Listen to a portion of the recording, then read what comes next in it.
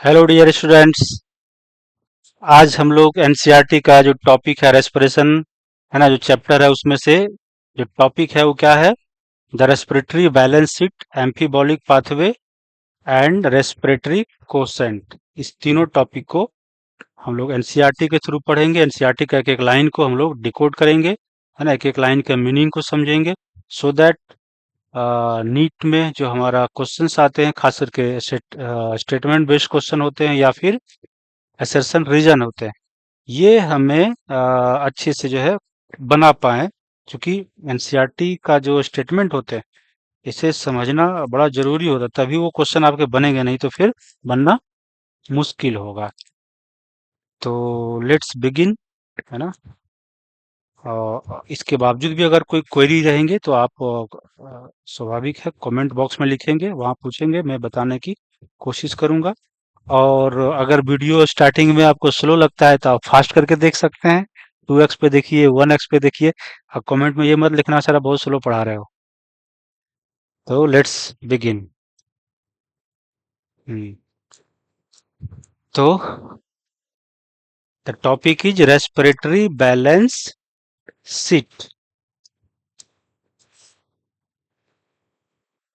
तो इसका मतलब क्या है? रेस्पिरेटरी बैलेंस शीट का मतलब है कि जैसे आप बैलेंस शीट, कोई इनकम कमाते हो, कितना खर्चा करते हो, कितना कमाते हो, है ना, उसका एक अपना डायरी में रिकॉर्ड करते हो कि कितना पैसा कहाँ गया, कितना पैसा कहाँ से आया, है ना। इतना होने के बाद फिर नेट गेन हमारा क्या हुआ, किस कंडीशन में कितना पैसा बचा, किस कंडीशन में कितना पैसा गया, ये सारी चीजों को तो सेम चीज यहाँ पर भी हम बैलेंस शीट बना देखेंगे कि किस किस कंडीशन में हमें कितने एटीपी का गेन होगा, कितने एनएडीएच बनेंगे, है ना। ये सारी चीजें जो हम लोग देखेंगे। तो पहला लाइन है आपका इस टॉपिक का, it is possible to make calculation of net gain of ATP for every glucose molecule oxidise. It is possible, ये संभव है ना। टू मेक कैलकुलेशन, एक कैलकुलेशन है ना कर सकते हैं, ये संभव है। Of the net gain of ATP, कितना नेट गेन जो है एटीपी हमारा बनता है ना। फॉर एवरी ग्लूकोज, हर एक ग्लूकोज से कितना एटीपी हमारा बनेगा जब वो फुली तरह से ऑक्सीडाइज हो जाएगा, तो है ना, fully oxidise, not partially. But in reality this can remain only a theoretical exercise. But reality में ये एक थियोरेटिकल एक्सरसाइज है, प्रैक्टिकली हम कैलकुलेट नहीं कर पाएंगे, है ना। ये जो भी कैलकुलेशन करते हैं ना कि एक ग्लूकोज से 38 मोलिकुलर एटीपी बनेगा, है ना, या क्रेब साइकिल में इतना बनेगा, लिंक रिएक्शन में इतना बनेगा, ग्लाइकोलाइसिस में इतना बनेगा, ये एक थियोरेटिकल क्या है, कैलकुलेशन, प्रैक्टिकली नहीं है ना। तो ये क्वेश्चन पूछेगा कि स्टेटमेंट दे देगा, यहाँ पे थियोरेटिकल की जगह पे क्या लिख देगा, प्रैक्टिकली लिख देगा। तो हम लोग क्या है कि उतना अटेंटिव होकर के चीजों को नहीं पढ़ते हैं, है ना। कैलकुलेशन करेंगे, ये सारा लाइन लिखा रहेगा, वहां पे थोड़ा सा कर देगा थियोरेटिकल की जगह पे प्रैक्टिकल। हाँ, तो उतना ध्यान से हम लोग देखेंगे नहीं, लगा हाँ ये तो सही लिखा हुआ है, कैलकुलेट कर सकते हैं जो है, रेस्पिरेटरी बैलेंस शीट करके कुछ लिखा रहेगा तो एकदम तुरंत। तो वहां पे क्या देखना है, थियोरेटिकल लिखा है या प्रैक्टिकल। यहाँ पे बहुत सारे क्वेश्चंस बच्चे गलत किए हैं, है ना। तो क्या देखना है यहाँ पे, थ्योरेटिकली कैलकुलेट कर सकते हैं अभी, है ना। ये आपका एक क्वेश्चन यहाँ पे बनता है ना। असर्शन रीजन दे सकता है या फिर आपका एमसीक्यू, हाँ, स्टेटमेंट बेस्ड क्वेश्चन बना सकता है, स्टेटमेंट वाला क्वेश्चन आ सकता है, असर्शन रीजन का क्वेश्चन आ सकता है, या फिर एमसीक्यू आपका टाइप का क्वेश्चन आ जाएगा जो है। तो ये पॉइंट ध्यान देने वाली बात है, जहां जहां मैं हाईलाइट करता हूँ उसको, है ना, ध्यान देने वाली बात है। अब आगे है, these calculations can be made only on certain assumptions, है ना। ये जो कैलकुलेशन करेंगे थियोरेटिकली भी, अगर हम जो कैलकुलेशन करेंगे वो सर्टेन एजम्पशन पे, कुछ ना कुछ हमें मान के चलना पड़ेगा कि ऐसा होना चाहिए तो तब ऐसा होगा, है ना। कुछ हम जरूर एजम्पशन लेकर के चलेंगे। तो वो एजम्पशंस क्या है, there is a sequential orderly pathway functioning with one substrate forming the next and with glycolysis TCA cycle ETS pathway following one after another. इसका मतलब क्या? There is a sequential orderly pathway functioning with one substrate forming the next and with the glycolysis. इसका मतलब है कि जैसे यहाँ पे हम डायग्राम में देखें, है ना, ग्लाइकोलाइसिस है, तो ग्लाइकोलाइसिस में कौन कौन सा स्टेप है ना, 10 स्टेप पढ़ते हैं। मान लेते हैं कि ये एक स्टेप बना, है ना, यहाँ पे फिर दूसरा बना, फिर तीसरा बना। कोई भी स्टेप स्केप नहीं होना चाहिए, कोई स्टेप में कोई बाहर से एंट्री नहीं होना चाहिए, और ना ही कोई यहाँ से किसी को बाहर जाना चाहिए, है ना। और सब एक सीक्वेंस में आपका होगा। इस तरीके से आपका ग्लाइकोलाइसिस कंप्लीट हो जाएगा। तो फिर आपका कौन सा रिएक्शन शुरू होगा? लिंक रिएक्शन, है ना। लिंक रिएक्शन आपका शुरू होना चाहिए, है ना, एकदम स्टेप वाइज में। और फिर जो है पायरूवेट जो आपका बनता था, है ना, वो लिंक रिएक्शन में क्या होता है, पायरूवेट, पायरूविक एसिड से क्या बनेगा, एसिटाइल कोएंजाइम बनेंगे। और फिर ये कोएंजाइम जाएगा आपका क्रेब्स साइकिल में। कहाँ जाएगा? ऑक्जेलिक एसिड, है ना, ये आपका इसके साथ मिल करके, हाँ, तो यहाँ पे आपका क्रेब साइकिल चलेगा। तो ये एक ऑर्डर वे में होना चाहिए, है ना। ऐसा नहीं कि कुछ स्टेप इधर हुआ फिर वो स्टेप कहीं और से हम काउंट कर रहे हैं। ये यहीं से ग्लूकोज से अगर मान लेते हैं शुरू हुआ, ये ग्लूकोज एक लिए, अब इसका जो भी प्रोडक्ट बनता गया, वो सारे प्रोडक्ट एक स्टेप बाय स्टेप, है ना, एक ऑर्डरली मैनर में होना चाहिए। उसका कोई भी कंपोनेंट अंदर बाहर नहीं होना चाहिए। और जब ये ग्लाइकोलिसिस कंप्लीट हो जाए, पायरुविक एसिड बन जाए दो, तो फिर वो दोनों पायरुविक एसिड लिंक रिएक्शन से दोनों एसिटाइल कोएंजाइम बनना चाहिए। और दोनों एसिटाइल कोएंजाइम फिर क्रेब साइकिल का हर एक स्टेप को फॉलो करना चाहिए। तब हम कैलकुलेट कर सकते हैं कि हाँ इतना एटीपी बनेगा, है ना। तो ये थियोरेटिकली है। तो ये आप एजम्पशन समझ गए। सेकेंड एजम्पशन है the NADH synthesised in glycolysis is transferred. अच्छा, क्रेब साइकिल के बाद फिर क्या कंसीडर करेंगे? क्रेब साइकिल से जो आपका NADH बनेगा, वो NADH कहाँ जाना चाहिए? ETS में, है ना। हाँ, इलेक्ट्रॉन ट्रांसपोर्ट सिस्टम के थ्रू जो है ये ऑक्सीडाइज होना चाहिए। तब जाकर के हम नेट गेन एटीपी कैलकुलेट करते हैं, ताकि ईटीएस से जाएगा तभी एनएडीएच आपका ऑक्सीडाइज होगा, है ना। तो ये ग्लूकोज लिंक रिएक्शन जिसमें पायरुवेट से एसिटाइल कोएंजाइम बनते हैं। फिर क्रेब साइकिल वाला स्टेप फॉलो करना चाहिए। फिर क्रेब साइकिल के बाद ईटीएस का हर एक स्टेप को वो फॉलो करना चाहिए, है ना। अब है NADH synthesized in the glycolysis is transferred into the mitochondria and undergoes oxidative phosphorylation। क्योंकि जो आप ग्लाइकोलिसिस जो देखते हैं, तो ग्लाइकोलिसिस, और ये मान लेते हैं कि आपका सेल है, ये मान लेते हैं आपका सेल है, ठीक। और ये आपका मान लेते हैं क्या है, माइटोकॉन्ड्रिया है ना, माइटोकॉन्ड्रिया है, ये माइटोकॉन्ड्रिया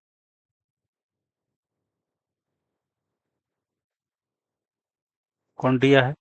और ग्लाइकोलाइसिस कहाँ पर होगा? साइटोप्लाज्म।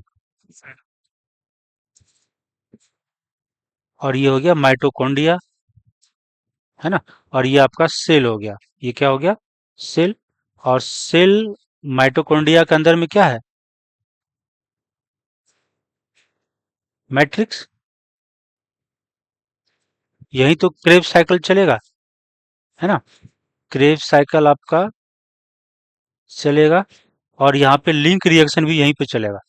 जब यहाँ पे आपका ग्लूकोज है, ये ग्लाइकोलाइसिस से क्या बनाएगा, ऐसे करके मल्टीपल स्टेप में मान लेते हैं कि पायरुविक एसिड बन गया। और यहाँ पे आपका नेट गेन कितना एटीपी बनता है, नेट गेन, नेट आपका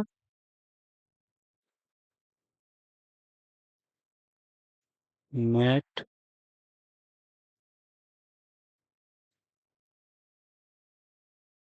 2 एटीपी बन जाएगा। नेट आपका 2 एटीपी बनता है ग्लाइकोलिसिस से। और यहाँ पे और क्या बनता है? 2 NADH ग्लाइकोलिसिस के थ्रू, है ना? हाँ,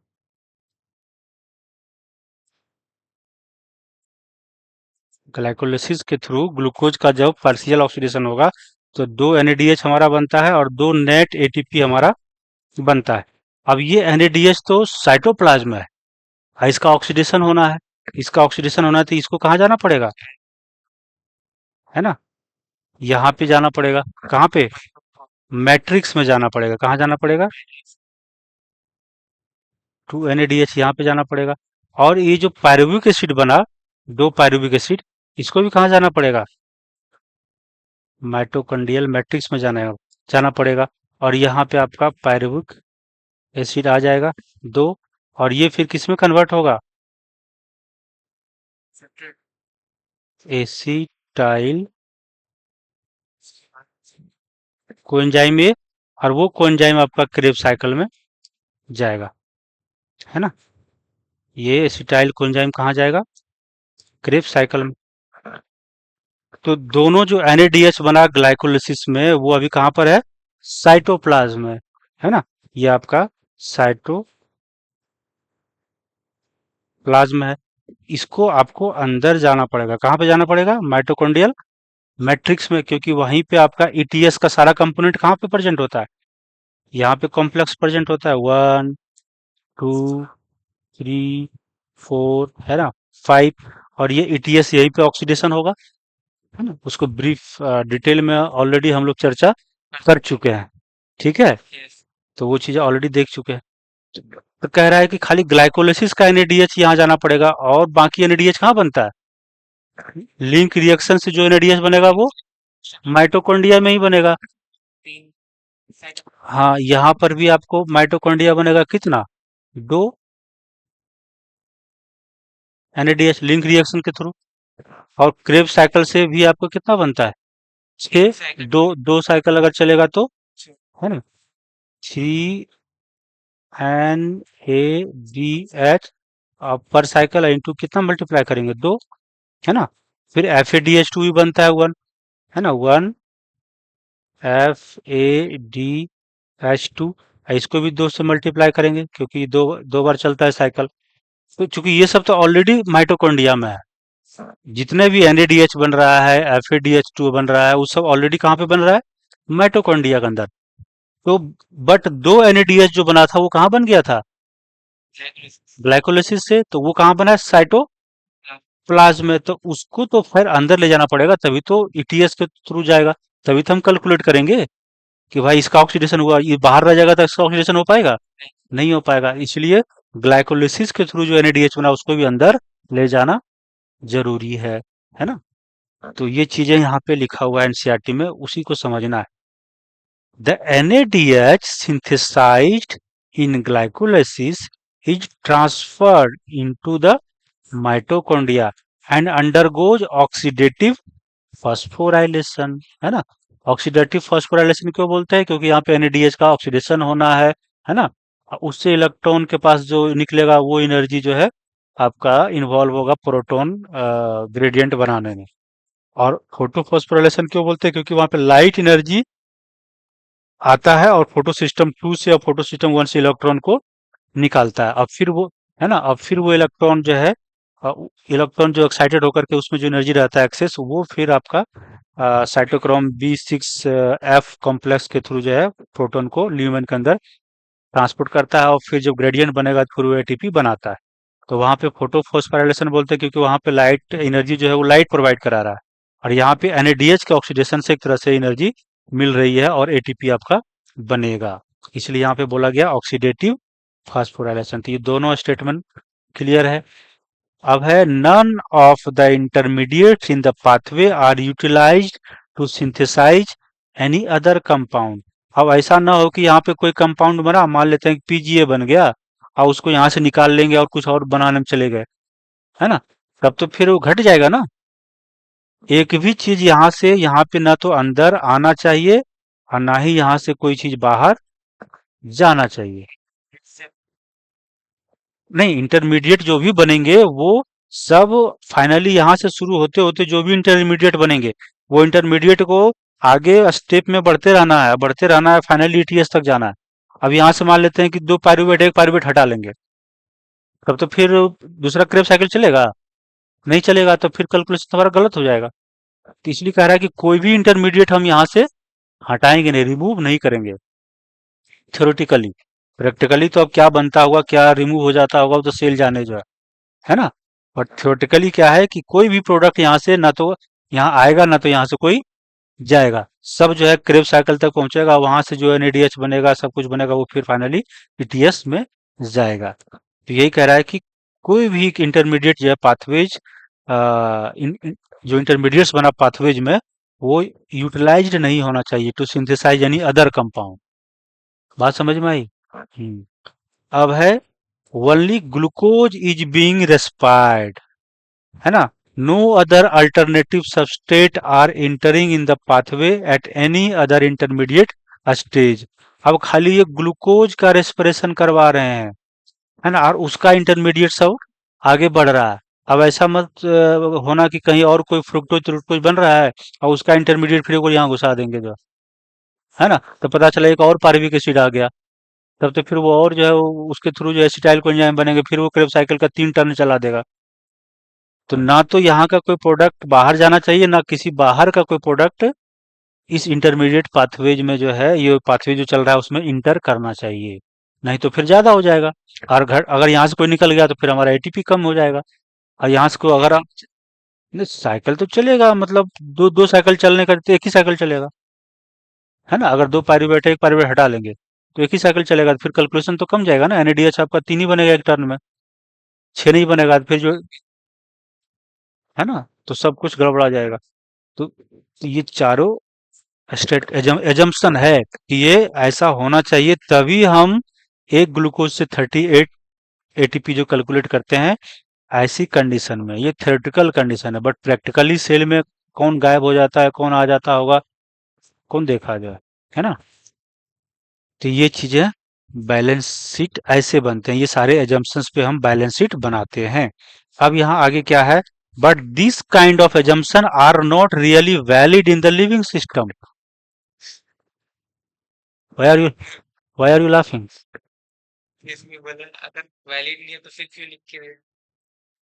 वैलिड नहीं है, बट थ्योरेटिकली अगर कैलकुलेट करना है तब तो भाई हमें कुछ एजम्पशन मानना पड़ेगा, है ना।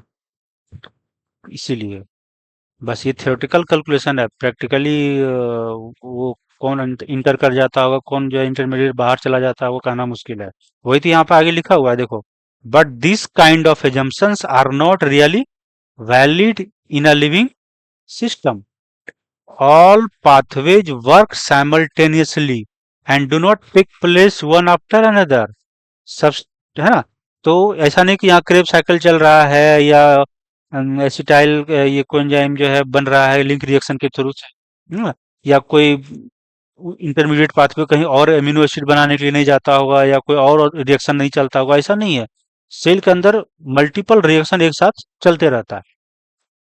तो इसलिए इंटरमीडिएट आपका जो है वो इस पाथवे से निकल भी सकता है, या कोई दूसरा इंटरमीडिएट इस पाथवे में इंटर भी कर सकता है और इससे बाहर भी जा सकता है, क्योंकि यहाँ पे लिखा हुआ है कि, है ना, all pathways work simultaneously. Cell के अंदर बहुत सारे रिएक्शंस जो है चलते रहते हैं, and do not take place, है ना, वन आफ्टर अनदर। ऐसा नहीं कि खाली पहले ग्लाइकोलाइसिस होगा, उसके बाद फिर लिंक रिएक्शन होगा, फिर क्रेब साइकिल होगा, उसके बाद ये जो खत्म हो जाएगा तब फिर कोई दूसरा रिएक्शन चलेगा, ऐसा बात नहीं है।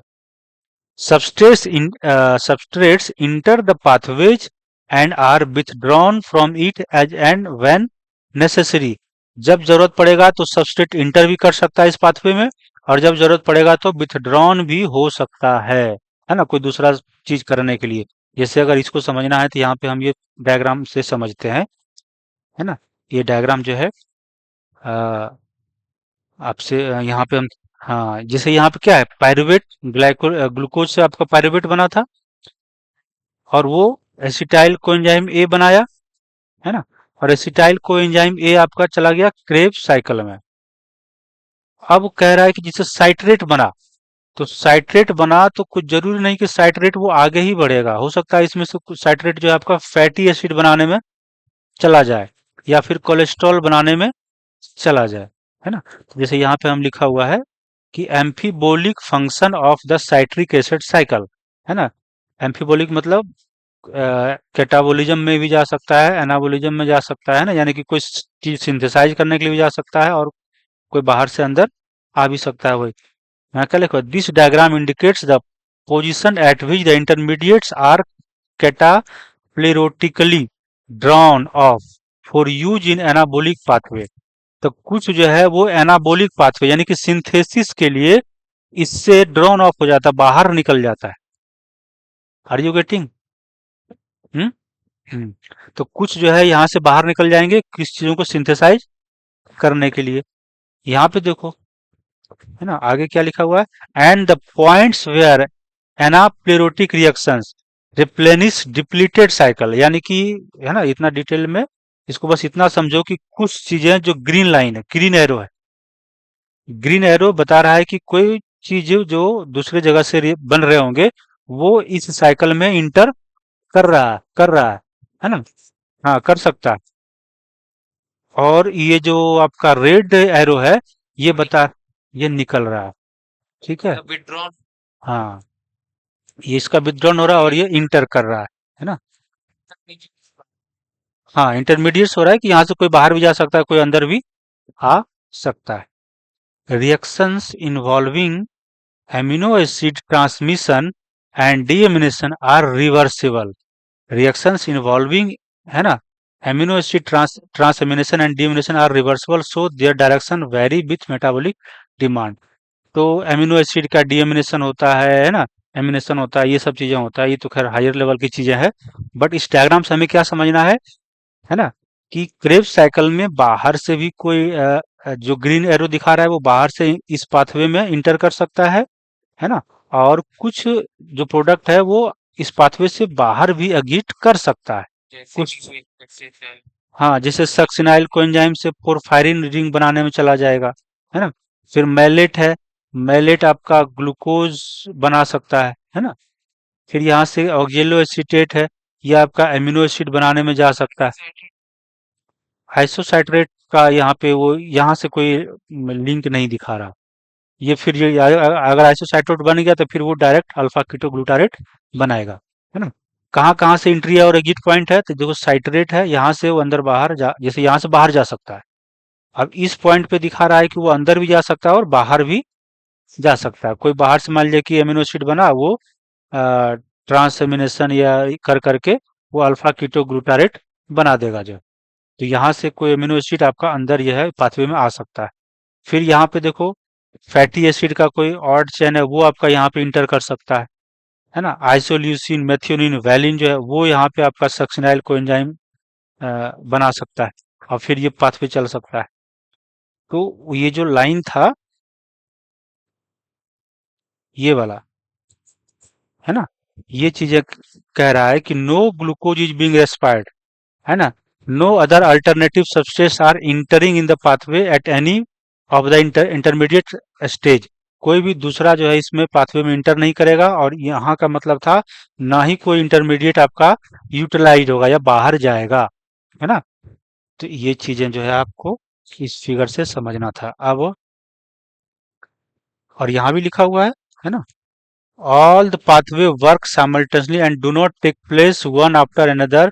Substrate enter the pathway and are withdrawn from it as and when necessary. जब जरूरत पड़ेगा तब इंटर भी कर सकता है और जब जरूरत पड़ेगा तो यहाँ से बाहर भी जा सकता है, जो कि हम लोग उस फिगर से देखे थे। ATP is utilised as and when needed. और एटीपी, अब ऐसा नहीं कि एटीपी बना था मान लीजिए ग्लाइकोलिसिस से, या सबस्ट्रेट लेवल फॉस्फोराइलेशन हो रहा था आपका क्रेब साइकिल से, या ग्लाइकोलिसिस में जो सबस्ट्रेट लेवल फॉस्फोराइलेशन हो रहा था, अब वो एटीपी बैठा नहीं रहेगा, है ना। सेल को जरूरत पड़ेगी तो उस एटीपी को वो यूटिलाइज कर लेगा जो है। तो वही कह रहा है कि ATP is utilised as and when needed, है ना। जब जरूरत पड़ेगा वो एटीपी वहां से यूटिलाइज भी हो सकता है जो है। Enzymatic rates are controlled by multiple means, और जो भी एंजाइमेटिक रेट्स है ना, फास्ट होगा, स्लो होगा, तो वो बहुत एंजाइमेटिक एंजाइम्स, जो एंजाइम्स होते हैं वो उसको कंट्रोल करता है, वो उसको करता है। Yet it is useful to do this exercise to appreciate the beauty and efficiency of the living system in extraction and storing energy, है ना। तो ये आपका एक तरह से it is useful to do this exercise to appreciate the beauty and efficiency of the living system, है ना, कि वो कब क्या जरूरत पड़ेगा, कब क्या करेगा, वो अपना लिविंग सिस्टम का वो एक तरह से वो अपना मैकेनिज्म है ना। Hence, there can be a net gain of 38 ATP molecules during aerobic respiration of 1 molecule of glucose। अगर हम इसमें ये सारे एजम्पशंस को अगर मान लें तो हमारा नेट गेन कितना बनेगा, जब पूरा ग्लूकोज ऑक्सीडाइज हो जाएगा तो 38। लेकिन 2 साइकिल करना, 2 साइकिल क्यों, एक ग्लूकोज जब ऑक्सीडेशन में जाएगा तो 2 पायरुविक एसिड बनेगा, तो 2 पायरुविक एसिड के बाद तो सब 2 बार चलेगा ना, क्योंकि हर एक 2 बना तो पहला पायरुवेट एसिड एसिटाइल कोएंजाइम बनेगा, फिर वो जाएगा क्रेब साइकिल में, तो जो दूसरा है वो बैठा थोड़ा रहेगा, वो भी जाएगा, तो 2 बार तो वहां से चलेगा।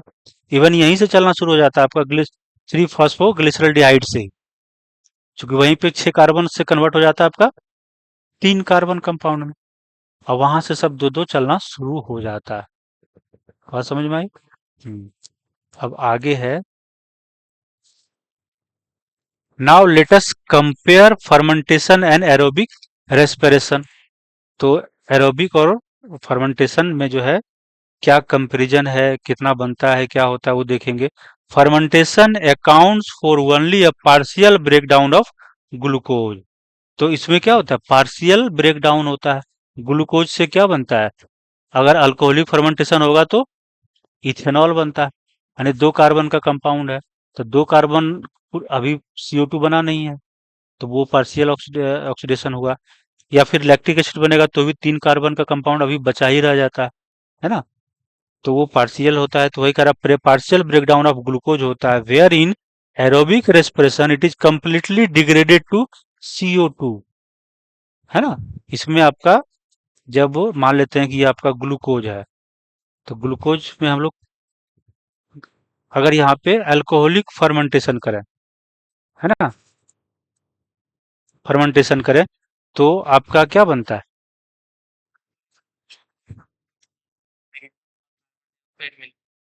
इथेनॉल मिलेगा, है ना। यहाँ पे CO2 आपका नहीं बन रहा है ना, CO2 एक बन रहा है, 2 बन रहा है, यहाँ पे एक CO2 बनेगा, है ना।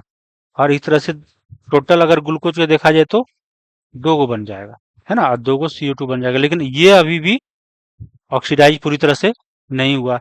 यहाँ पे अगर ग्लूकोज की बात करें तो लैक्टिक एसिड बन जाता है ना, लैक्टिक एसिड 3 कार्बन का होता है, तो यहाँ पे तो CO2 बना भी नहीं जो है ना। तो ये हो गया, लेकिन अगर एरोबिक, ये दोनों क्या है, एनएरोबिक रेस्पिरेशन है, ये दोनों क्या है, एनएरोबिक रेस्पिरेशन का पार्ट है। और अगर हम एरोबिक रेस्पिरेशन की बात करें, है ना, यहाँ पे AR लिखने से बेहतर है, ये दोनों आपका हो गया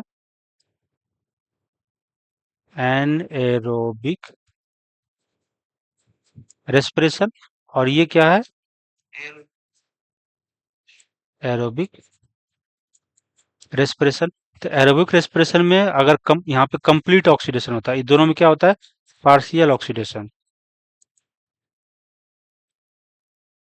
ऑक्सीडेशन ऑफ ग्लूकोज। बट इसमें क्या होता है, कंप्लीट ऑक्सीडेशन, यहाँ पे CO2 बन जाता है, और कितना बनेगा, 6 CO2। यहाँ पे कितना कार्बन है, 6 कार्बन, तो 6 कार्बन है, तो 6 वो कार्बन जो आपका 6 CO2 में कंप्लीटली ऑक्सीडाइज हो जाता है। तो यहाँ पे क्या लिखेंगे, कंप्लीट ऑक्सीडेशन, है ना। बात समझ में आई? तो आगे है, fermentation account for only a partial breakdown of the glucose, whereas in the aerobic respiration it is completely degraded to CO2 and H2O। तो CO2 भी बनेगा प्लस H2O भी बना दो जो है ना, ये हो गया। In fermentation, there is a net gain of only two molecule of ATP for each molecule of glucose degraded to pyruvic acid। क्योंकि जब हम यहाँ पे एरोबिक रेस्पिरेशन देखेंगे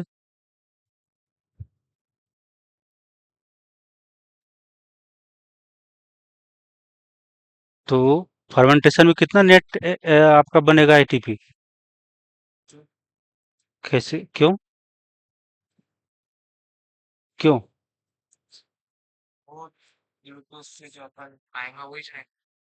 हाँ, तो जैसे आपका पायरुविक एसिड यहाँ बना, तो यहाँ से अगर हम यहाँ तक चलते हैं तो नेट कितना एटीपी बनता है?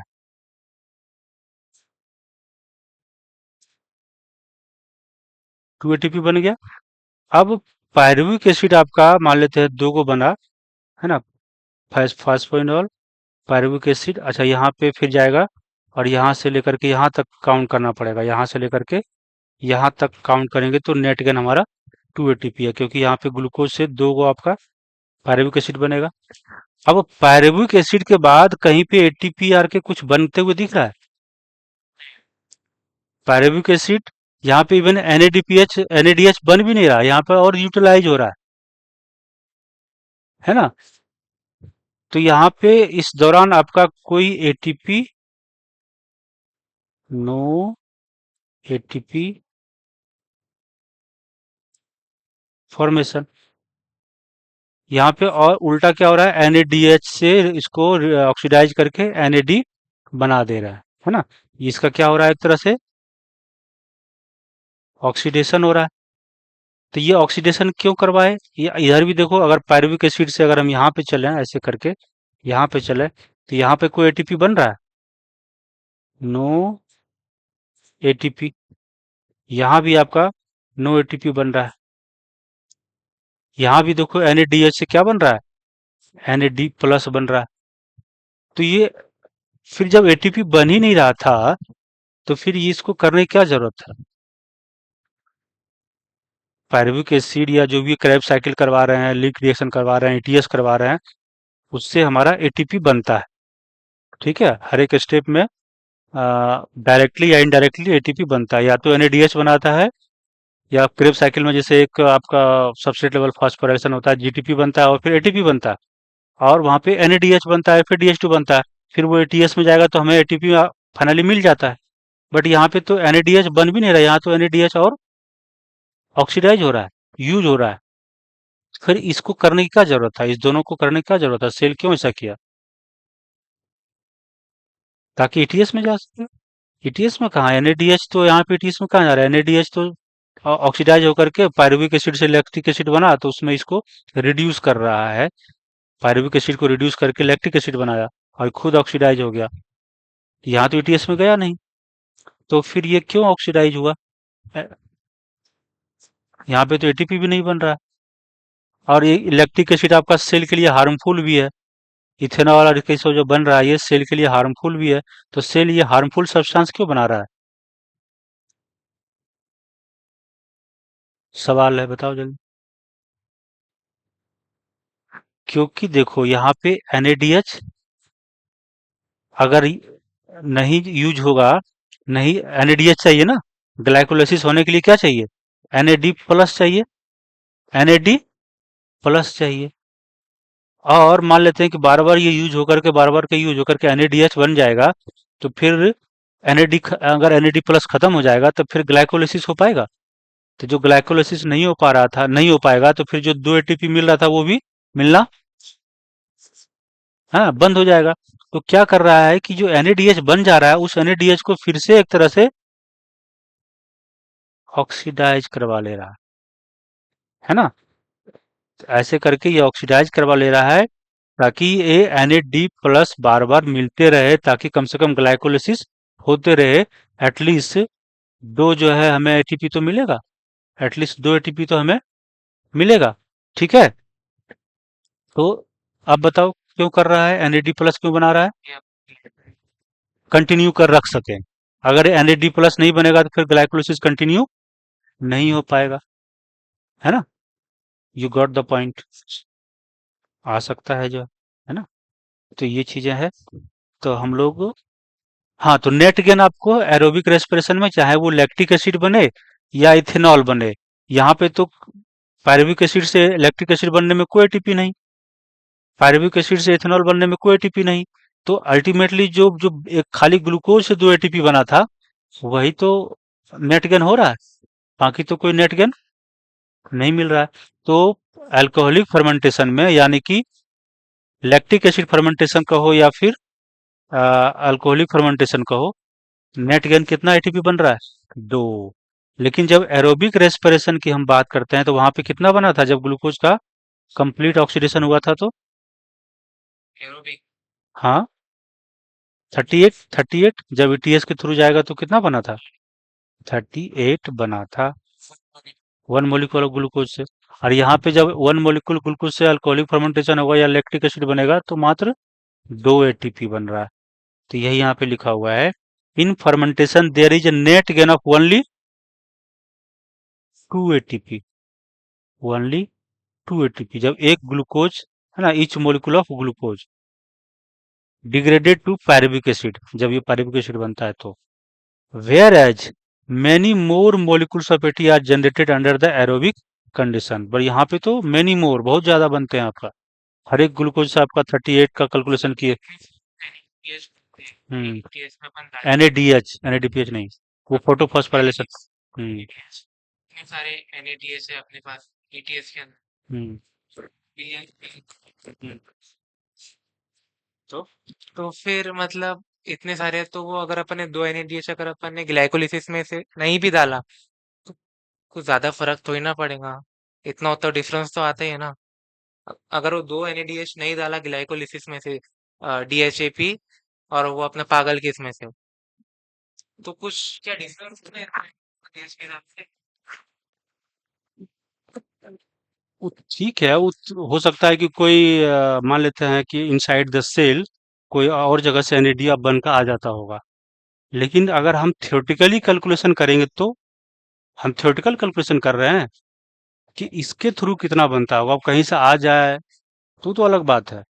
लेकिन अगर हम सिर्फ कहें कि अब कोई कहीं और कोई सोर्स ही नहीं है एनएडी आने का, एनएडी प्लस आने का कोई सोर्स है ही नहीं, तो अगर हम यहाँ से दो को यूज कर रहे हैं तो हमें दो को वापस बनाना पड़ेगा ना, अच्छा, है ना। फिर ठीक है। थ्योरेटिकली जो है, अब बायोलॉजिकली कहाँ कहाँ से आ सकता है, ऐसा कोई जरूरी नहीं कि नहीं बन आता होगा, जो आता भी होगा जो। ये तो कहीं से भी आ सकता है। एनएडीएच रिड्यूस होकर के आ सकता है, बट थ्योरेटिकली तो हमें दिखाना पड़ेगा ना कि अगर एनएडी यूज हो रहा है तो हमें एनएडी फिर से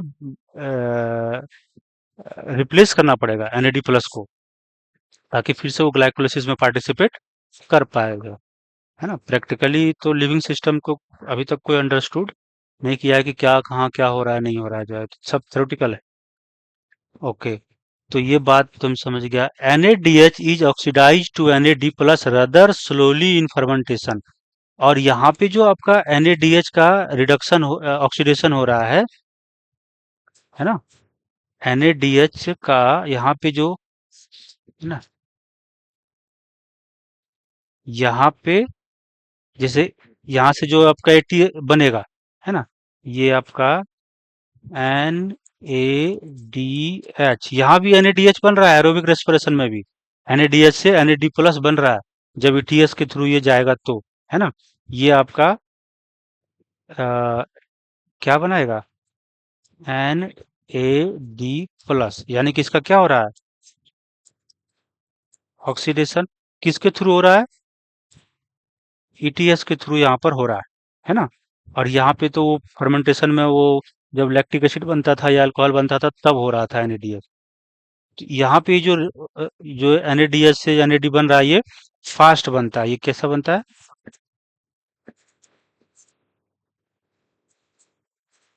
फास्ट। और जब हम एनारोबिक रेस्पिरेशन की बात करें तो जब यहाँ NaDH से आपका NAD प्लस बन रहा है ना, यहाँ पर भी ऑक्सीडेशन हो रहा है, तो ये क्या हो रहा है, स्लो। क्या हो रहा है? स्लो। तो ये चीज यहाँ देखो, NADH इज ऑक्सीडाइज, ये पॉइंट देखो, NADH is oxidise to NAD plus rather slowly in fermentation. तो ये तो फर्मेंटेशन था, ये वाला पार्ट फर्मेंटेशन है, तो यहाँ पे स्लोली हो रहा है ना, slowly in fermentation. However, in the reaction is very vigorous in case of aerobic respiration. यहाँ पे vigorous मतलब fast, है ना, fast यानी कि vigorous, है ना, और यहाँ पे स्लो हो रहा है। तो बैलेंस शीट पूरी तरह से समझ में आ गई। अब है एम्फीबोलिक पाथवे, तो इसको भी हम लोग देखते हैं।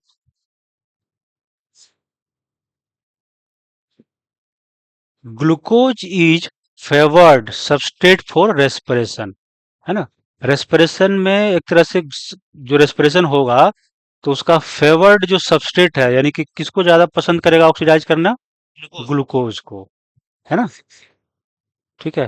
Y are you laughing? Okay, means you are getting the things, that's why you are very happy.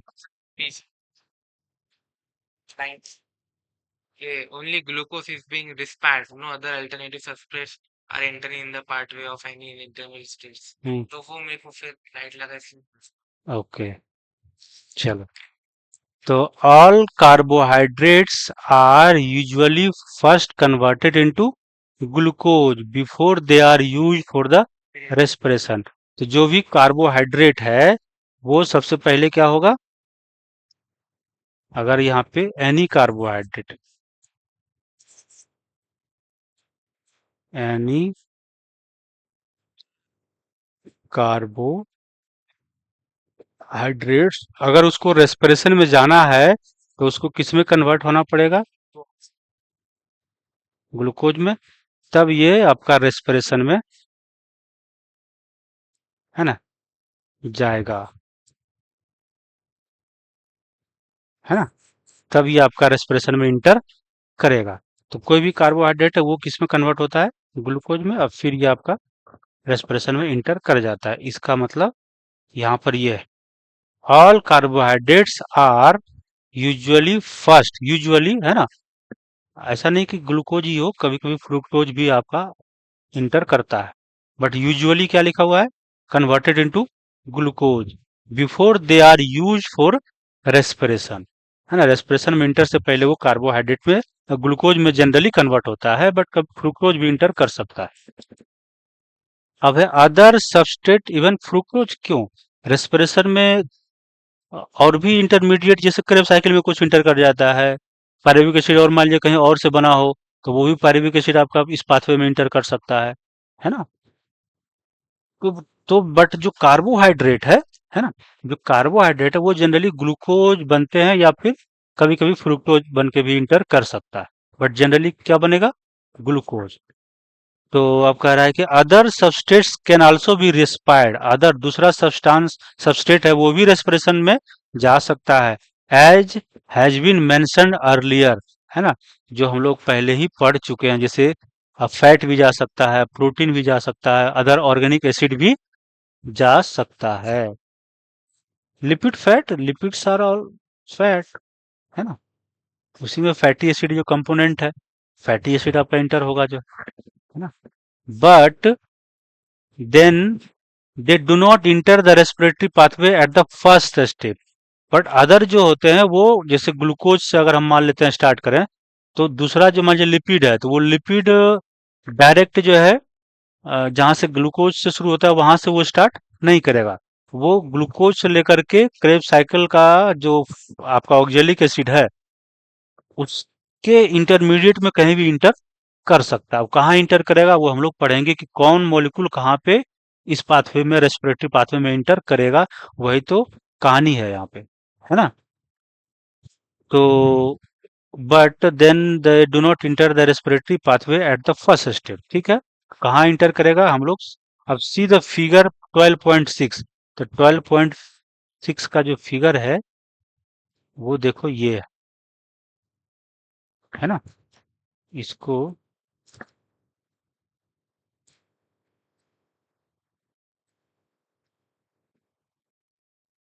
है ना। ये आपका 12.6 फिगर है। अब यहाँ पे देखते हैं क्या हो रहा है। कार्बोहाइड्रेट अगर रेस्पिरेटरी सबस्ट्रेट है, ठीक, यहाँ वाला, अगर कार्बोहाइड्रेट है तो वो किस में पहले टूटेगा, ब्रेक डाउन होगा, सिंपल सुगर्स, है ना, जैसे कि ग्लूकोज, यूजुअली क्या होते हैं, ग्लूकोज। दूसरे आपका मोनोसेक्राइड हो सकता है, जैसे फ्रुक्टोज को होते हैं, है ना। इन्वर्टेड हाँ, जैसे मान लीजिए अगर सुक्रोज है, तो सुक्रोज किस में कन्वर्ट होता है, ग्लूकोज एंड फ्रुक्टोज में, है ना, तो फ्रुक्टोज भी इंटर कर सकता है। अब ग्लूकोज क्या होता है, ग्लूकोज सिक्स फॉस्फेट, वो पूरा हम लोग ग्लाइकोलिसिस ऑलरेडी देख चुके हैं। फ्रुक्टोज वन सिक्स फॉस्फेट, अब फिर यहाँ से ये कन्वर्ट हो जाता है, ये 6 कार्बन का है, अब ये 3 कार्बन का दो कंपाउंड बन जाता है ना। यहाँ से 3 कार्बन का दो कंपाउंड बन जाता है, ग्लिसरल डिहाइड 3 फॉस्फेट, है ना, या फिर डाइहाइड्रोक्सीसीटोन फॉस्फेट, और ये दोनों आपस में, है ना, आइसोमेराइज होते रहता है। और फिर जब आगे बढ़ना होगा तो फिर ग्लाइसरल डिहाइड 3 फॉस्फेट आगे बढ़ करके पायरुवेट बनाएगा, है ना, फिर ये एसिटाइल कोएंजाइम बनेंगे, और फिर ये क्रेब साइकिल में चले जाते हैं। तो अगर कार्बोहाइड्रेट को रेस्पायर होना होगा तो वो ये पाथवे को फॉलो करेगा, है ना। और जब वो मान लेते हैं कि फैट फैट को अगर रेस्पिरेशन में जाना होगा, है ना, तो फिर वो पहले फैटी एसिड एंड ग्लिसरॉल में टूटेगा, पहले फैटी एसिड एंड ग्लिसरॉल में टूटेगा। और ग्लिसरॉल जो है, एक तरह से देखा जाए तो ये डाइहाइड्रोक्सी एसीटोन फॉस्फेट में बनेगा, है ना। और ये फिर डाइहाइड्रोक्सी एसीटोन फिर से आइसोमराइज होकर के ग्लिसरॉल जाइड 3 फॉस्फेट बनेगा, और फिर वो, तो ये कहाँ पे इंटर कर रहा है, एक तरह से ग्लिसरॉल, एक तरह से देखा जाए तो ये यहाँ पे इंटर कर रहा है। अब जो फैटी एसिड है वो कहाँ पे इंटर कर रहा है, फैटी एसिड आपका एसिटाइल कोएंजाइम, यहाँ पे फैटी एसिड है, इसका जो है बीटा ऑक्सीडेशन होता है और ये एसिटाइल कोएंजाइम बनाते हैं। यानी कि फैटी एसिड पहले क्या बनाएगा, एसिटाइल कोएंजाइम, और फिर वो एसिटाइल कोएंजाइम बन बन के फिर आपका क्रेब साइकिल में इंटर ये करेगा। जब अपने बॉडी में ग्लूकोज कम रहेगा तब ये हाँ, ग्लूकोज मान लेते हैं कि करेगा अगर जैसे पहले, सबसे पहले किसका रेस्पिरेशन होगा, ग्लूकोज का। बॉडी में, तब जाके ये अपना साइकिल में एंटर होगा, तो हाँ, मतलब ग्लूकोज ही रहेगा। ग्लूकोज अगर सफिशियंट है हाँ तो फर्स्ट आपका ग्लूकोज का रेस्पिरेशन होगा, है ना। अगर ग्लूकोज खत्म हो गया तो फिर सेकंड में प्रोटीन नहीं, सबसे पहले आता है फैट, है ना। फैट को पहले रेस्पिरेशन फिर करेगा। मान लेते हैं कि तुम खाना वाना नहीं खा रहे हो, है ना, तो तुम्हारे बॉडी में जो फैट है, फैट का रेस्पिरेशन होगा, फैट का ब्रेक डाउन करके ग्लिसरॉल और फैटी एसिड बनाएगा, ग्लिसरॉल को डाइहाइड्रोक्सी एसीटोन को बनाएगा, और फिर वहां से वो रेस्पिरेटरी पाथवे में इंटर कर जाएगा, है ना, यहाँ से ये बनेगा और यहाँ से फिर ये इधर इंटर कर जाएगा। और जो फैटी एसिड वाला पार्ट है वो आपका एसिटाइल कोएंजाइम बनाएगा, और एसिटाइल कोएंजाइम फिर क्रेब साइकिल में इंटर कर जाएगा। अब मान लेते हैं तुम्हारी बॉडी से फैट भी सब खत्म हो गए, है ना, 10-15 दिन जो है तुम, वो क्या कहते हैं, फास्ट पे रहा, या वो धरना प्रदर्शन जो करते हैं ना, अनशन, अनशन पे बैठा जिसको, है ना, क्या उसको बोलते हैं, अपना हाँ, जो पता नहीं कितने दिनों के लिए कहते हैं ना कि अनलिमिटेड दिन के लिए वो फास्ट पे बैठ जाता है। हाँ, तो उस कंडीशन में क्या होगा, तुम्हारे बॉडी से फैट भी धीरे धीरे गायब हो जाएंगे, खाली हड्डी दिखेगा, है ना। तो जब फैट भी गायब हो जाएगा तब फिर किसका नंबर आएगा, प्रोटीन का, है ना, तब प्रोटीन का जो है रेस्पिरेशन होना शुरू हो जाएगा, है ना। अब फिर प्रोटीन का अगर रेस्पिरेशन हो जाएगा, अब कुछ बचेगा नहीं, तो फिर तुम्हारा कहानी खत्म हो जाएगा। ओके, तो ये हो गया आपका। हाँ, तो फैट का देख लिए कहाँ कहाँ रेस्पिरेटरी पाथवे में इंटर करेगा, एक तो डाइहाइड्रोक्सी एसीटोन बनाएगा और फिर ये इस पाथवे में इंटर करेगा, दूसरा फैटी एसिड जो है ऑक्सीडाइज करके एसिटाइल कोएंजाइम बनाएगा, और फिर ये रेस्पिरेटरी पाथवे में इंटर करेगा।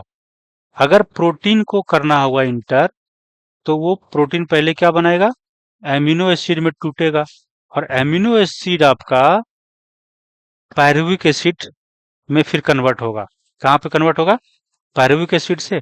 और फिर वो पायरुविक एसिड जो है यहाँ से बनते जाएंगे, प्रोटीन एमिनो एसिड से वो पायरुविक एसिड बनते जाएंगे, बनते जाएंगे, चूंकि यहाँ से तो सब खत्म हो गया, तो डायरेक्ट प्रोटीन जो है एमिनो एसिड बनकर डायरेक्ट पायरुविक एसिड से ही जो है रेस्पिरेटरी पाथवे में इंटर कर जाता है। ठीक है। फिर उसी तरह से जो ऑर्गेनिक एसिड बोला था, तो ऑर्गेनिक एसिड में मान लेते हैं कि जैसे तुम्हारा ग्लाइकोलिसिस का कोई पार्ट है, फॉस्फोग्लिसरिक एसिड 3 PGA है या कोई और है ना, तो वो सब आपका ऑर्गेनिक एसिड है। वो भी जो है डायरेक्ट कहीं और से बन के आया, वो ग्लाइकोलिसिस के अंदर इंटर कर सकता है। जैसे ऑक्जेलो एसिटिक है, मेलिक एसिड है ना, ये सब जो है ऑर्गेनिक एसिड है। ये भी आपका क्रेब साइकिल में कुछ तो डायरेक्ट क्रेब साइकिल में इंटर कर सकता है ना। फ्यूमेरेट है, मान लीजिए वो कहीं से बन गया तो वो आपका इंटर कर सकता है। मैलेट कहीं से बन गया तो वो मैलेट आपको क्रेब साइकिल में इंटर कर जाएगा। तो मैलेट वेलेट सब क्या हो गया, ऑर्गेनिक एसिड, है ना, जो क्रेब साइकिल में बहुत सारे हैं। या फिर तुम्हारा वो फास्फोग्लिसरिक एसिड जो है वो PGA, वो भी ऑर्गेनिक एसिड है। या इस तरह से और भी जो भी ऑर्गेनिक एसिड होंगे वो, है ना, वहां से इंटर कर सकता है। तो ये चीजें हम लोग यहाँ पे देखें। इसके बाद फिर क्या कह रहा है, तो हम लोग फिगर को समझ लिए 12.6, to see the points of entry of different substrate in the respiratory pathway. तो 12.6 में दिखाया है कि कौन कौन सा सबस्ट्रेट किस किस पॉइंट पे इंटर कर सकता है। Fats would need to be broken down into glycerol and fatty acid. Fat किस में टूटेगा, glycerol and fatty acid first. If fatty acid were to respired they would first be degraded to acetyl coenzyme. अगर fatty acid को respiration में enter करना होगा तो पहले वो किस में कन्वर्ट होगा, फैटी, है ना, एसिड वो कन्वर्ट होगा पहले एसिटाइल कोएंजाइम ए में, और फिर ये आपका इंटर करेगा क्रेब साइकिल में, है ना, फिर वो क्रेब साइकिल में इंटर करेगा। अब कह रहा है enter the pathway. Glycerol would enter the pathway after being converted to PGAL. तो ग्लिसरॉल क्या बनाता था पहले, डाइहाइड्रोक्सी एसीटोन फास्फेट। अब फिर डाइहाइड्रोक्सी एसीटोन फास्फेट एसिमराइज होकर के क्या बनेगा, है ना, PGAL बनेगा जो है ना। अब वो फिर आपका पाथवे में इंटर करेगा। The proteins would be degraded by protease. अब प्रोटीन को अगर इंटर करना होगा तो वो डिग्रेड होगा किस एंजाइम के द्वारा, प्रोटीएज का। एक एक पॉइंट यहाँ पे याद रखना है कि प्रोटीन प्रोटीएज से होता है ना। लिपिड है तो लाइपेज से होगा, वो यहाँ पे हालांकि मेंशन नहीं किया है। कार्बोहाइड्रेट है तो वो उसके लिए बहुत सारे एंजाइम्स होते हैं जो है ना। कार्बोहाइड्रेट अगर सिंपल जनरल की बात करें तो। अब है and the individual amino acid after the deamination depending on their structure would enter the pathway at the some stage within the Krebs cycle और even as a pyruvic acid और acetyl coenzyme. कह रहा है कि protein आपका figure में तो खाली पायरुविक एसिड को भी दिखाया था। फिगर में क्या लिखा हुआ था, पायरुविक एसिड एमिनो एसिड जो है यहाँ पे बनेंगे और एमिनो एसिड आपका पायरुविक एसिड में जाएगा। बट टेक्स्ट में देखो यहाँ पे क्या लिखा हुआ है कि वो डिपेंड करता है ना, amino acid after deamination depending on their nature. वो एमिनो एसिड किस नेचर का है और उस पर डिपेंड करेगा कि वो कहाँ पे इंटर करेगा। Would enter the pathway at the some stage within the Krebs cycle. Krebs cycle में किसी पॉइंट पे वो इंटर कर सकता है ना, एज एज पायरुवेट और एसिटाइल कोएंजाइम। तो क्रेब साइकिल में किसी पॉइंट पे इंटर कर सकता है, या फिर आपका इवन एज पायरुवेट, पायरुवेट जो है बनेगा तो वहां पर इंटर कर सकता है, और एसिटाइल कोएंजाइम ए पर भी इंटर कर सकता है। तो इसका मतलब है कि यहाँ पर भी वो इंटर कर सकता है। अगर इस ये डायग्राम को अगर हम देखें तो डायग्राम में तो दिखाया है कि पायरुविक एसिड में जो इंटर करेगा, लेकिन ये कहाँ पे इंटर कर सकता है, आपका एसिटाइल कोएंजाइम ए यहाँ पे भी इंटर करते हुए जो दिखाया है, यहाँ पे भी आपका इंटर कर सकता है। या फिर क्रेब साइकिल का किसी, हाँ, एक पॉइंट पे हो सकता है मेलिक एसिड, हो सकता है ऑक्जेलिक, हो सकता है साइट्रिक एसिड, है ना। तो कहीं पे भाई इंटर कर सकता है। ये भी चीजें आपको टेक्स्ट में लिखा हुआ है ना। बट डायग्राम में सिर्फ जो है ये बातें मेंशन की हुई है। अब आगे हम लोग देखते हैं, since respiration involves break down of the substrate. Respiration में क्या हो रहा है, सबस्ट्रेट का ब्रेक डाउन हो रहा है। The respiratory process has traditionally been considered as catabolic process. क्योंकि इसमें ब्रेक डाउन होता है, तो ट्रेडिशनली ध्यान देने वाली बात है, ट्रेडिशनली इसको कैसा प्रोसेस बोला जाता है? कैटाबोलिक प्रोसेस, क्योंकि यहाँ पे ब्रेक डाउन होता है। And the respiratory pathway as catabolic pathway, और रेस्पिरेटरी पाथवे को कैसा क्या क्या पाथवे बोलते हैं? Catabolic pathway.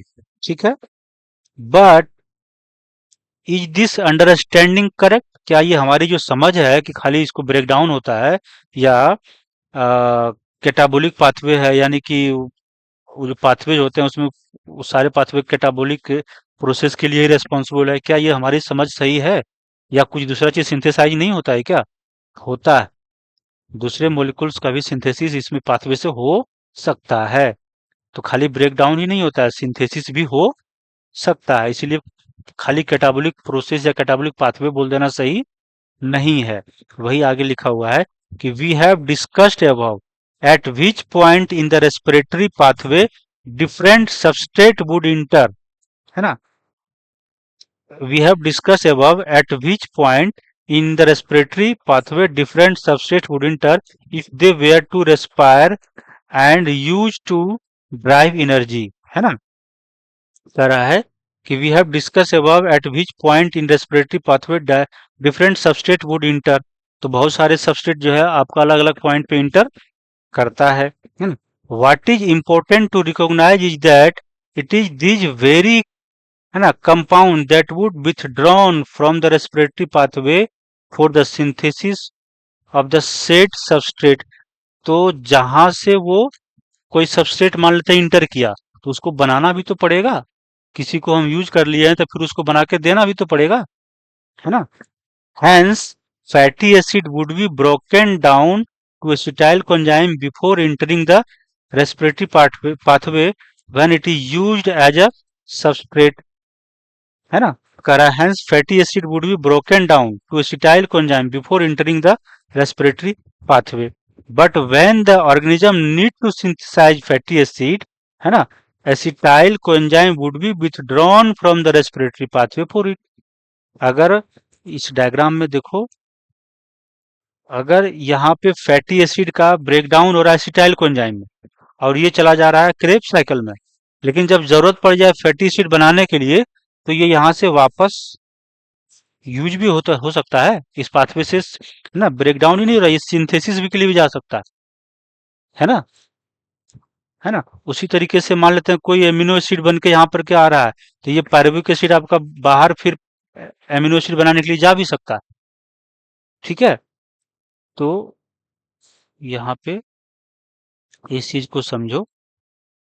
तो कह रहा है कि वुड विथड्रॉन, तो अगर फैटी एसिड बनाना होगा तो एसिटाइल कोएंजाइम जो है would withdrawn from the respiratory pathway for it, synthesis के लिए फिर से अगर कोई फैटी एसिड ब्रेकडाउन होकर के एसिटाइल कोएंजाइम बनाता है और वो रेस्पिरेटरी पाथवे में इंटर करता है, तो मान लीजिए कभी जरूरत पड़ गया फैटी एसिड बनाने का, तो फिर वो कैसे बनेगा? एसिटाइल कोएंजाइम फिर यूज हो जाएगा, वापस चले जाएगा फैटी एसिड बनाने के लिए, उसी पाथवे से निकल भी सकता है।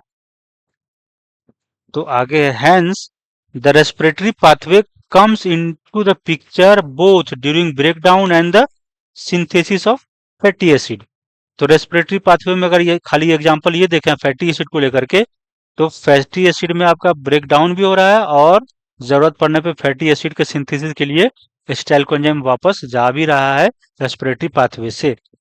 Similarly during the breakdown and synthesis of protein too, जब प्रोटीन भी टूटता है तो पायरुविक एसिड के थ्रू इंटर करता है।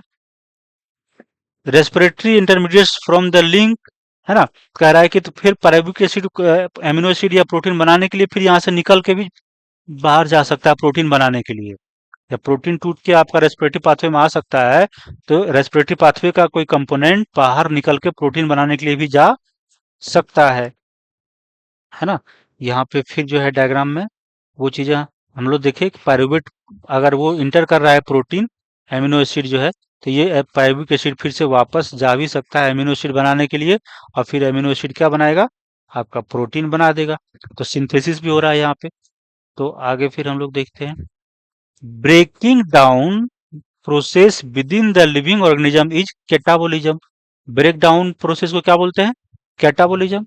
एंड द सिंथेसिस इज को क्या बोलते हैं, anabolism, because the respiratory pathway is involve in both anabolism and catabolism, क्योंकि जो इस रेस्पिरेटरी पाथवे है उसका कोई इंटरमीडिएट कैटाबोलिज्म होकर के उस पाथवे में इंटर करता है, या यहाँ से कोई प्रोडक्ट आपका सिंथेसिस के लिए एनाबोलिज्म यानी कि नया प्रोडक्ट बनाने के लिए भी जो है बाहर निकल जाता है। तो दोनों प्रोसेस में इन्वॉल्व है, कैटाबोलिज्म में भी और एनाबोलिज्म में भी है। It would hence be better to consider the respiratory pathway as an amphibolic pathway. कैसा इसको कंसिडर करेंगे, amphibolic pathway rather than the catabolic one, है ना। तो जो कैटाबोलिक ट्रेडिशनली हम लोग समझते हैं कि रेस्पिरेशन में सिर्फ ब्रेकडाउन होता है, वो अंडरस्टैंडिंग 100% करेक्ट नहीं है। एक्चुअली ये जो रेस्पिरेटरी पाथवे है वो एम्फीबोलिक पाथवे है, इस पाथवे में कैटाबोलिज्म भी होता है और एनाबोलिज्म भी होता है। तो ये चीजें समझे। अब है रेस्पिरेटरी कोसेंट, है ना। इस फिगर में जो आपका ये दिया हुआ था, इसको क्या है, यहाँ क्या लिखा हुआ है, inter relationship among metabolic pathway showing the respiration mediate mediated breakdown of the different organic molecules to CO2 and, है ना, H2O। फाइनली जो है इसमें जो भी, है ना, सबस्ट्रेट यूज हो रहा है वो फाइनली क्या बना रहा है, CO2 एंड H2O, है ना। कोई भी सबस्ट्रेट चाहे वो फैट हो, लिपिड हो, फैट हो, कार्बोहाइड्रेट हो या प्रोटीन हो या ऑर्गेनिक एसिड हो, फाइनली वो ऑक्सीडाइज होकर के CO2 एंड H2O बना रहा है। वो चीजें यहाँ पे, है ना, और कहाँ कहाँ से कौन सा सबस्ट्रेट इंटर कर रहा है रेस्पिरेटरी पाथवे में वो यहाँ पे दिखाया हुआ है। तो मुझे लगता है ये चीजें जो है अच्छी तरह से समझ में आई होगी और सारे क्वेश्चंस भी बनेंगे, बन जाएंगे। ठीक है, तो आगे हम लोग देख लेते हैं रेस्पिरेटरी कोशेंट। ये भी बहुत बड़ा टॉपिक नहीं है, छोटा सा है ना। हाँ, 5 मिनट लगेगा। तो रेस्पिरेटरी कोशेंट का मतलब है, let us now look at another aspect of the respiration. Respiration का एक अनदर एस्पेक्ट हम लोग देखते हैं कि as you know during the aerobic respiration oxygen is consumed and CO2 is release, है ना। रेस्पिरेशन के द्वारा, एरोबिक रेस्पिरेशन में क्या होता है, ऑक्सीजन जो है आपका, है ना, यूज होता है, और यहाँ पे कोई जो है आपका कंपाउंड है या ना, है ना, या सबस्ट्रेट है या कंपाउंड है आपका, ये टूटता है और आपका CO2 बनाता है ना। एक्चुअली ये यही तो है एरोबिक रेस्पिरेशन। कोई भी कंपाउंड को, ऑर्गेनिक कंपाउंड हो गया, उसको ऑक्सीजन के प्रेजेंस में लेगा और उसको ऑक्सीडाइज करके CO2 बनाना है। तो CO2 आपका रिलीज हो रहा है, यहाँ पे क्या हो रहा है, CO2 यूज हो रहा है, ऑक्सीजन जो है आपका यूज हो रहा है और CO2 आपका रिलीज हो रहा है। The ratio of the volume of CO2 evolve to the volume of O2 consumed in respiration is called respiratory quotient. तो कितना वॉल्यूम जो है आपका, ना, कितना लीटर में ml, है ना, अलग अलग यूनिट हो सकता है। तो कितना वॉल्यूम ऑफ CO2 रिलीज हो रहा है और कितना वॉल्यूम ऑफ ऑक्सीजन यूज हो रहा है, उसका एक रेशियो निकाल लेंगे तो उसको बोलते हैं रेस्पिरेटरी कोशेंट या रेस्पिरेटरी रेशियो। तो RQ बराबर क्या हो जाएगा, वॉल्यूम ऑफ CO2 इवॉल्व कितना निकला एंड वॉल्यूम ऑफ O2 कितना कंज्यूम हुआ, कितना यूज हुआ, इसी को बोल देते हैं रेस्पिरेटरी कोशेंट या respiratory ratio. The respiratory quotient depends upon the type of respiratory substrate used during the respiration। अब ये रेशियो हो सकता है लेस देन 1 हो सकता है 1 के इक्विवेलेंट हो, या हो सकता है 1 से ज्यादा हो। यही 3 चीज हो सकता है, या तो 1 से कम होगा, या 1 से ज्यादा हो, या 1 के बराबर होगा। किसमें 1 से कम होगा, किसमें 1 के बराबर होगा और किसमें 1 से ज्यादा होगा, वो हम लोग यहाँ पे देखेंगे। कह रहा है कि when carbohydrate are used as substrate and are completely oxidize, जब कार्बोहाइड्रेट यूज होता है एज सबस्ट्रेट और कंप्लीटली ऑक्सीडाइज हो जाता है, तो RQ विल बी 1, है ना। जब सबस्ट्रेट कार्बोहाइड्रेट रहेगा तो RQ का वैल्यू होगा 1। ये जो है इंपॉर्टेंट पॉइंट है, ये यहाँ पे पूछेगा कौन सा सबस्ट्रेट का वैल्यू कितना आता है। Because equal amount of CO2 and oxygen are evolve and consume. तो क्योंकि जितना वॉल्यूम ऑफ CO2 बन रहा है उतना ही वॉल्यूम यूज होता है, तो रेशियो क्या हो जाएगा, 1 हो जाएगा, है ना। Respectively as shown in the equation below. यहाँ पे अगर हम देखें तो मान लेते हैं कि आपका कार्बोहाइड्रेट है, ग्लूकोज है, तो 6 मोल, है ना, ऑक्सीजन यूज हुआ तो 6 CO2 जो है मोल, एक तरह से देखा जाए तो CO2 निकल गया, है ना। तो वॉल्यूम के टर्म में इसको देखोगे तो 6 CO2 निकला और 6 O2 कंज्यूम हुआ, है ना। तो इसका रेशियो कितना आ जाएगा, 1। When the fats are used in respiration, the RQ is less than 1। जब फैट यूज होता है तो उसके लिए RQ 1 लेस देन 1 होता है, इसको याद रखना है।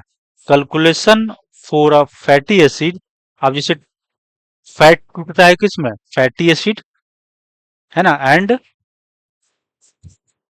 फैट आपका ब्रेक डाउन होता है किस में, fatty acid and glycerol, glycerol में टूटता है। फैटी एसिड क्या होता है, लॉन्ग चेन ऑफ कार्बोक्सिलिक, है ना, एसिड, क्या हो जाएगा, long chain of carboxylic acid. जैसे मान लेते हैं कि ये आपका carbon carbon carbon carbon carbon ऐसे करके हो, और यहाँ पे आपका ऐसे हो, तो ये आपका कार्बोक्सिलिक ग्रुप हो गया, और यहाँ कार्बन जो है आपका लंबा चेन हो गया, तो ये फैटी एसिड होता है। ग्लिसरॉल जो है सिंपली क्या लिखते हैं, कार्बन कार्बन कार्बन, यहाँ पे ओ एच, यहाँ पे ओ एच, और यहाँ पे ओ एच, यहाँ पे दो H2 लगा दो, यहाँ पे H लगा दो, और यहाँ पे फिर दो H2 लगा दो, तो ये ग्लिसरॉल हो गया, इसमें टूट जाता है, और ये आपका फैटी एसिड में टूट जाता है। तो कह रहा है कि जब फैटी एसिड को अगर हम कंसीडर करें और उसमें ट्राई पाल्मिटिन एक फैटी एसिड का नाम है ना, एक फैटी एसिड का नाम है ट्राई पाल्मिटिन, ठीक है। If use as a substrate, अगर इसको यूज करते हैं ट्राई पाल्मिटिन का एज ए सबस्ट्रेट, तो जैसे यहाँ पे देखो ट्राई पाल्मिटिन का जो है यहाँ पे दिया हुआ है कंपाउंड का एक तरह से मॉलिक्यूलर फॉर्मूला यहाँ पे लिखा हुआ है C15H98O6, है ना। और ये आपका इसको जब हम यूज करते हैं तो देखो कितना निकल रहा है, 102 CO2 निकल रहा है, और जो ऑक्सीजन यूज हो रहा है वो ज्यादा यूज हो रहा है, 145। तो इसके वजह से चूंकि यह वैल्यू आपका ये कम है और नीचे का वैल्यू आपका ज्यादा है, तो रेशियो कितना आ जाएगा, 0.7। तो ये इसके लिए है, ये याद रखना, ये आपका VVI है, ट्राई पाल्मिटिन के लिए RQ वैल्यू कितना होता है ना। ये फैटी एसिड है, ये फैट नहीं है, इसका एक फैट का एक कंपोनेंट है फैटी एसिड। तो ये PYQ में आया भी है और आ भी सकता है आगे भी। अब आगे देखते हैं। When proteins are respiratory substrate, the ratio would be 0.9। अगर प्रोटीन अगर हम रेस्पिरेटरी सबस्ट्रेट यूज करते हैं तो RQ का वैल्यू कितना आएगा, हाँ 0.9 आएगा। What is important to recognize is that the living organism respiratory substrate are often more than 1, है ना। आपका रेस्पिरेटरी सबस्ट्रेट, है ना, मोर देन 1 हो सकता है। प्योर प्रोटीन और fat are never used as respiratory substrate. Pure fat, है ना, ये भी बड़ा इंपॉर्टेंट बात है, pure fat and pure protein respiratory substrate के लिए यूज नहीं होता है। तो अभी तो आगे पढ़े थे कि फैट एंड प्रोटीन यूज होता है, तो फिर यहाँ लिखा है नहीं भी होता है, नेवर लिखा है, तो फिर क्या समझे इससे। नहीं नहीं, हर एक चीज में मिलावट है ऐसे नहीं समझना है कि जो प्रोटीन तुम खा रहे हो वो उसमें मिलावट होगा तब रेस्पिरेशन में जाएगा, अब प्योर रहेगा तो नहीं जाएगा, ऐसा नहीं है। फैट एक्चुअली क्या है कि उसमें मॉडिफिकेशन होकर के आपका क्या बन रहा है, फैटी एसिड बन रहा है, फिर फैटी एसिड ग्लिसरॉल बन रहा है, तो डायरेक्ट वो रेस्पिरेशन में इंटर नहीं किया, इनडायरेक्टली वो पहले ब्रेक डाउन हुआ, अब फिर जाकर के वो रेस्पिरेटरी पाथवे में इंटर कर रहा है। उसी तरीके से आपका प्रोटीन भी जो है पहले वो मॉडिफाई होकर के एमिनो एसिड बना, फिर वो मॉडिफाई होकर के आपका पायरुविक एसिड बनता है, तब जाकर के वो इंटर करता है। तो समथिंग इसको ऐसे समझना पड़ेगा जो, ठीक है। तो अगर ये स्टेटमेंट लिखा जाए कि प्योर प्रोटीन और जो फैट है ना, क्या वो रेस्पिरेटरी सबस्ट्रेट में यूज होता है प्योर? तो नहीं, तब बोलेंगे नहीं, है ना। ये चीजें करना पड़ेगा। तो ये तुम्हारा पार्ट हो गया खत्म। अब नेक्स्ट लेक्चर में हम लोग पीजीडी का, हाँ, वो सब जो है पढ़ेंगे। तो टुडेज लेक्चर इज फिनिश्ड, है ना। See you on the next chapter. हाँ, और वीडियो अच्छा लगा तो लाइक भी करें और शेयर भी करें और सब्सक्राइब भी करें, ताकि हमारा मोटिवेशन जो है आप लोगों को बताने के लिए हाई रहे, और इसी तरह का वीडियो बना बना के आपके लिए लाते रहें। Thank you.